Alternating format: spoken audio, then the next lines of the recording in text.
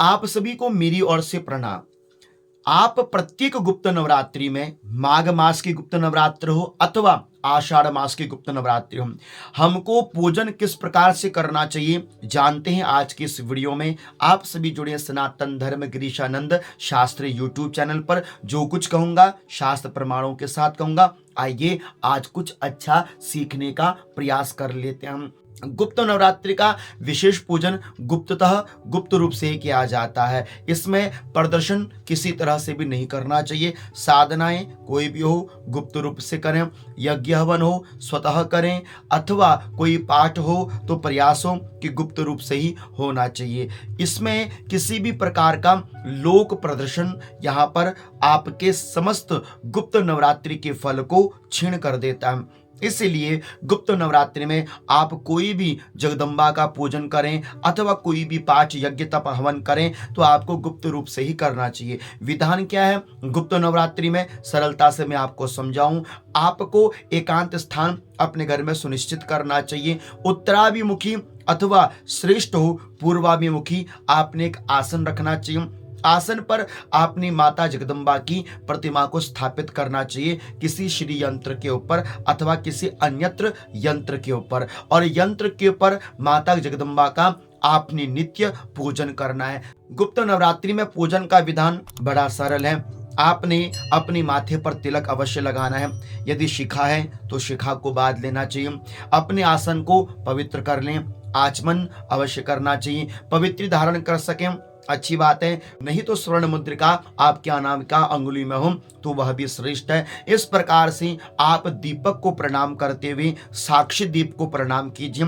गणेश पूजन कीजिए, गणेश जी को प्रणाम कीजिए। गणेश जी का आप पूजन कर सकें दशोपचार से सुंदर है। गणेश पूजन करने के उपरांत आप मातृका पूजन कीजिए 16 देवियों का। दीर्घ पूजन ना हो तो लघु पूजन आप कर सकते हो नाम मंत्र से 16 देवियों का। उसके उपरांत कलश की स्थापना करें, और गुप्त नवरात्रि में कलश की स्थापना बहुत ही विशेष रूप से करनी चाहिए। और उसके उपरांत फिर आप नवग्रह पूजन प्रारंभ करें, और नवग्रह पूजन यदि दीर्घ ना कर सकें तो लघु रूप में नवग्रह नाम मंत्र से नवग्रहों का पूजन करें। उसके उपरांत माता जगदम्बा की जो प्रतिमा है आप उसको स्नान इत्यादि करवाएं। पंचामृत के द्वारा माता जी का स्नान करवाएं। जब माता जी को आप स्नान करवाएं तो श्री सूक्तम का पाठ करें।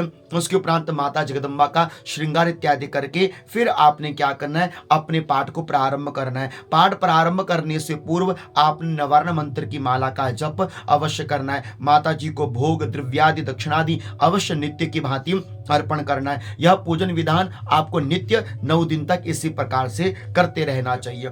यहाँ पर एक बात और ध्यान रखने वाली है, आप किसी भी पाठ की कोई भी सिद्धि अथवा किसी भी कामना हेतु पाठ कर रहे हैं वह पाठ बड़ी गुप्त रूप से आपने करना चाहिए। नवारण मंत्र की एक माला प्रातः और एक माला सायंकाल के समय मां जगदम्बा के निकट अवश्य जपने का प्रयास कीजिएगा। और आपने जो भी पाठ गुप्त नवरात्रि में किया उसका आपने दशांश हवन अवश्य करना चाहिए। किंतु यहाँ पर संपूर्ण बातों का एक विशेष महत्व है संकल्प।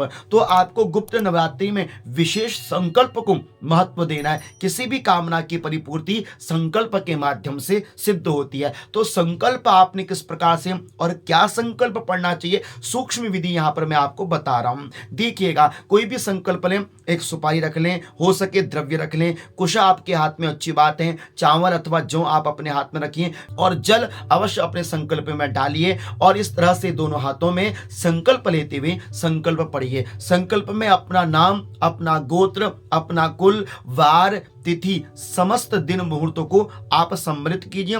उसके उपरांत आगे की जो प्रक्रिया संकल्प के मूल वो मैं आपको आपके स्क्रीन में दे रहा हूं। आपने गुप्त नवरात्रि में 9 दिन तक इसी संकल्प का प्रयोग करना चाहिए। श्री भगवत्याः पीतांबरायाः प्रसाद सिद्धि द्वारा मम सर्वाभीष्ट सिद्ध्यर्थम नाना ग्रहोपग्रह प्रयोगम नाना दुष्ट रोग शांत्यर्थे शीघ्रम आरोग्य लाभार्थम सर्व दुष्ट बाधा कष्ट बाधा भगवती पीतांबरा प्रीत्यर्थे यथा शक्ति यथा ज्ञानेन यथा संभावितोपचार द्रव्ये सांगावरणे श्री भगवती नवदुर्गायाः देवी निमित्तकं प्रथमं गुप्त नवरात्रि दिवसे पूजनम अहम च करिष्ये। इस तरह से हरिओम तत्सत कहते हुए